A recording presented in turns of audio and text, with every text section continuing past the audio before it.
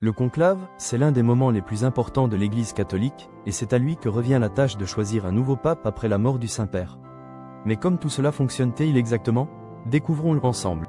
Le mot « conclave » vient du latin « cum clavis », signifiant « avec la clé », en référence au fait que les cardinaux sont enfermés dans un espace sécurisé, la chapelle Sixtine, pour garantir que leurs délibérations restent secrètes.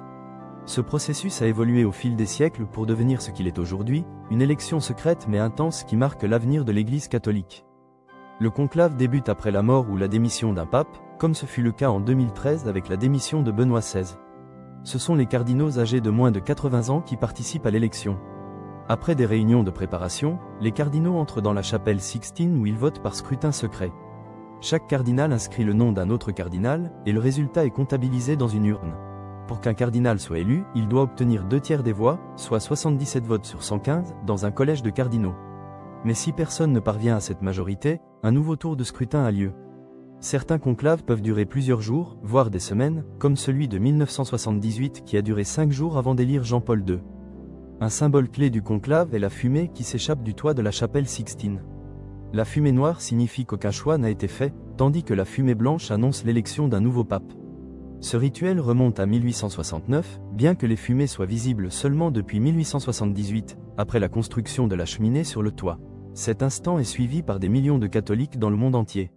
Mais saviez-vous que, jusqu'en 2005, la fumée était produite en utilisant du papier et des produits chimiques?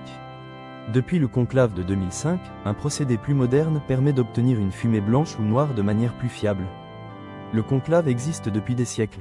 Le premier conclave formel date de 1274, lorsque le pape Grégoire X a instauré ce système pour éviter les rivalités et accélérer l'élection du pape.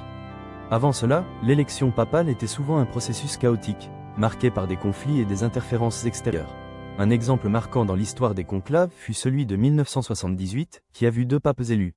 D'abord Jean-Paul I, qui est décédé tragiquement après seulement 33 jours, puis Jean-Paul II, élu à 58 ans et qui est devenu l'un des papes les plus emblématiques de l'histoire de l'Église. En 2005, le conclave a élu Benoît XVI après la mort de Jean-Paul II, et pour la première fois, les médias ont couvert le conclave en direct, offrant une transparence inédite dans le processus. Une fois élu, le nouveau pape accepte la charge et choisit son nom papal. Ce nom n'est pas anodin, il peut symboliser son rôle ou rendre hommage à un saint ou à un pape précédent. Le pape François, élu en 2013, a choisi son nom en référence à saint François d'Assise, pour souligner son engagement envers les pauvres.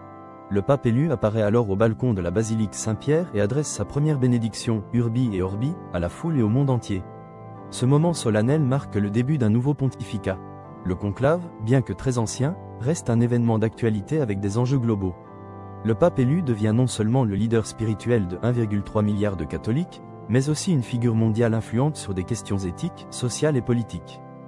Depuis l'élection du pape François, le conclave a montré une évolution, s'adaptant aux défis contemporains, avec l'usage des médias et une attention accrue aux préoccupations modernes comme la pauvreté, l'environnement et les droits de l'homme. Voilà, vous savez maintenant comment fonctionne le conclave et son importance pour l'Église catholique et le monde entier. Si vous avez trouvé cela intéressant, abonnez-vous à Comprendre pour plus de vidéos comme celle-ci. À bientôt!